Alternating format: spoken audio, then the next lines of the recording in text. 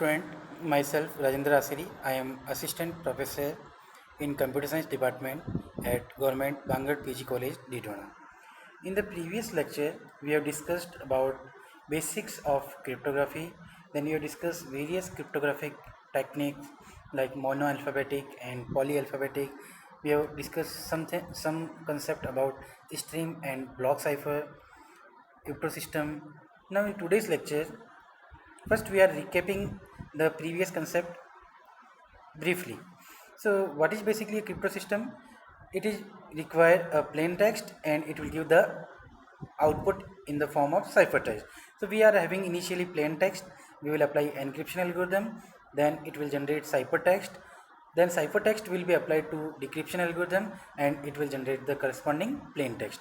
So in a crypto system, it is a 5-tuple system such that P is finite set of possible plaintext symbol, C is a finite set of possible ciphertext symbol, K is a key space set of keys, that is the set of possible all the keys to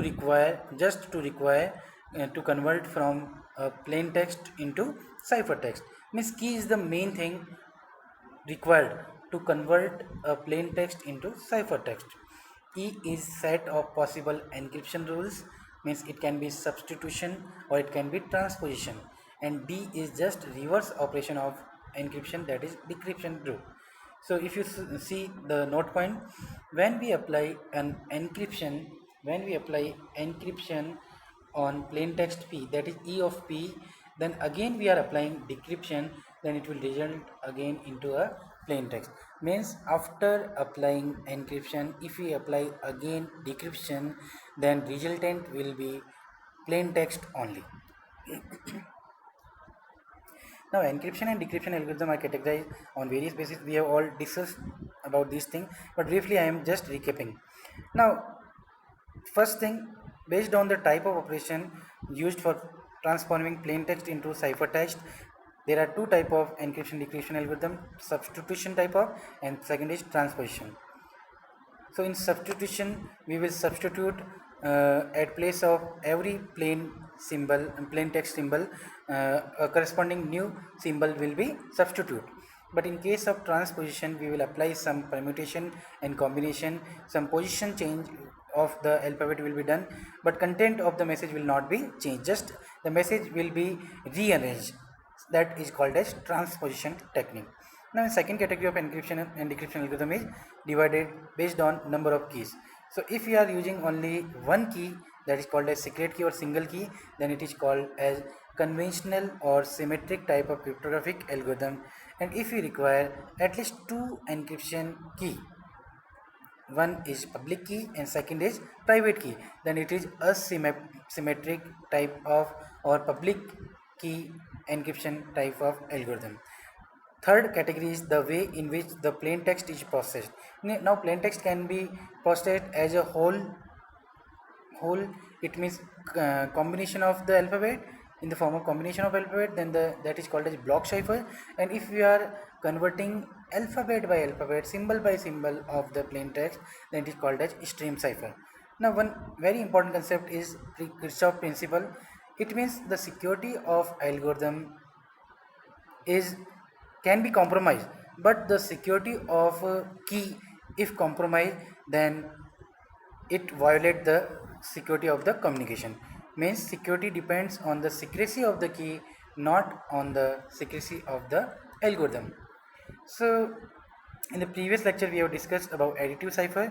In additive cipher, the sender will send a plain text, then on the plain text we will apply addition operation and a set of keys. So P plus key, plain text and key will both be applied on addition operation, and the resultant will be mod on 26 and it will pass to the C. So C ciphertext will be generated with help of plain text and key space, applying the addition operation under mod 26, because we are having alphabets only, and total alphabets are 26 starting from 0 value to 25 value. So that will convert into C. Now ciphertext C will transmit in the channel, and at the receiver it will be delivered in the form of C. Now we require here at the receiver plain text P, so and input is C. So from C, how to get P?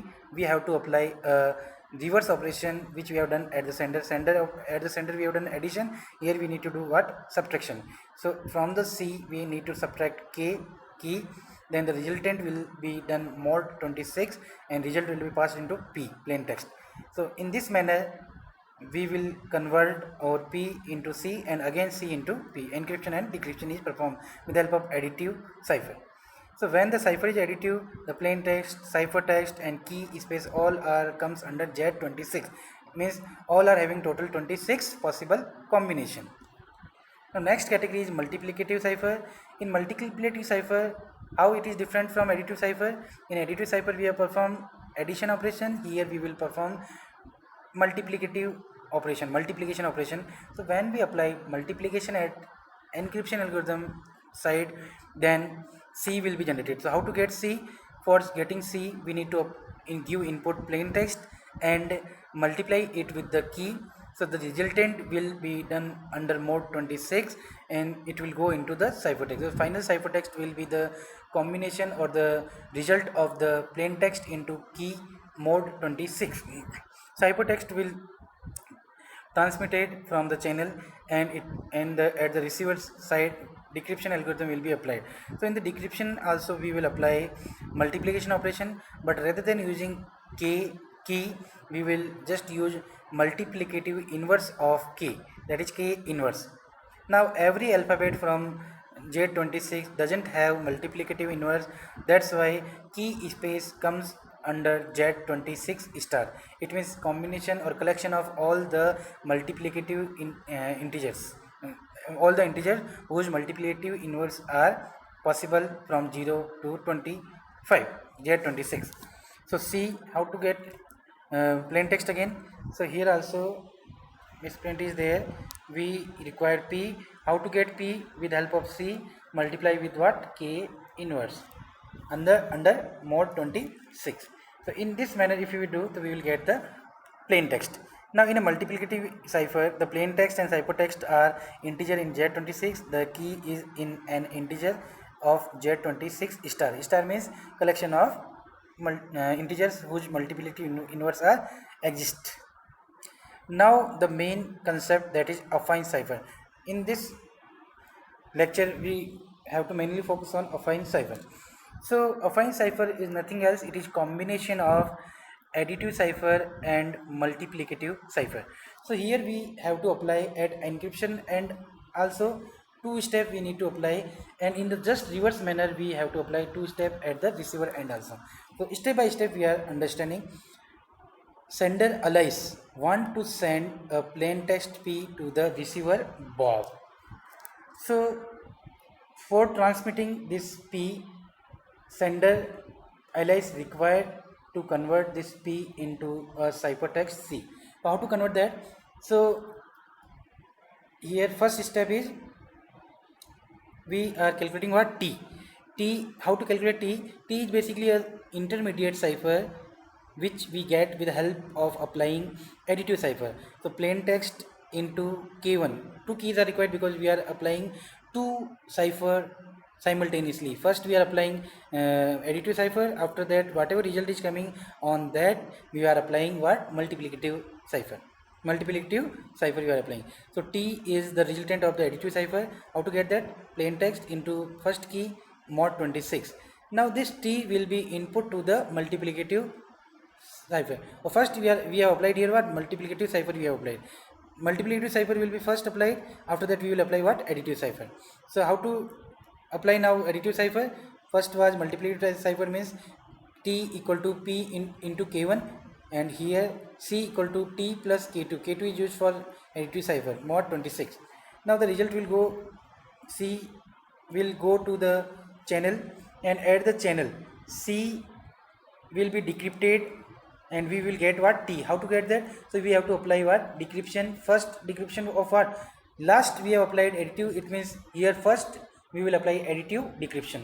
So additive decryption means C minus K2 key we need to subtract mod 26 and result into T. First clear cipher we will got T, and on T we have to apply inverse of K1 key, means multiplicative inverse we have to apply, and mod 26, then it will result into P. So finally again we will get P. We transmitted P, we applied first multiplicative inverse, then we will apply the additive inverse, K1 key for multiplicative, K2 key for the additive. At the receiver we will apply K2 for the additive first, and then we will apply K1 for the multiplicative inverse. So if you see here, everything is written.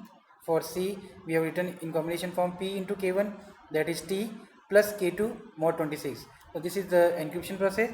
At the receiver P will got with the help of C minus K2, means first step is additive decryption, and then after that multiplying K inverse, K1 inverse means multiplicative inverse of K1, that is multiplicative inverse applied second step, and it will result into mod 26. So the final answer will be P. So some important points are there. The additive cipher is a special case of affine cipher in which if we apply here K1 equal to suppose 0, then the result will be C equal to, the result will be, if here we apply K1 equal to 0, then it will be neglected, then C equal to K2 mod 26. So that is, so we can say affine cipher is a special case of shift cipher. If we take K1 equal to 1, then it will be C equal to P plus K2 mod 26, and if we take K2 equal to 0, then it is a special case of multiplicative cipher. So in this manner we can apply various type of different cipher. So we can say affine cipher is just increasing the security, because it is applying additive cipher concept as well as multiplicative cipher. It means we are having additive inverse as well as multiplicative inverse. So to crack this we require Z26 possibility in the brute force attack for the additive, and Z26 star possibility of key for the multiplicative, and combination of both these will be a huge set of keys. So it is just we can say very tough to crack affine cipher.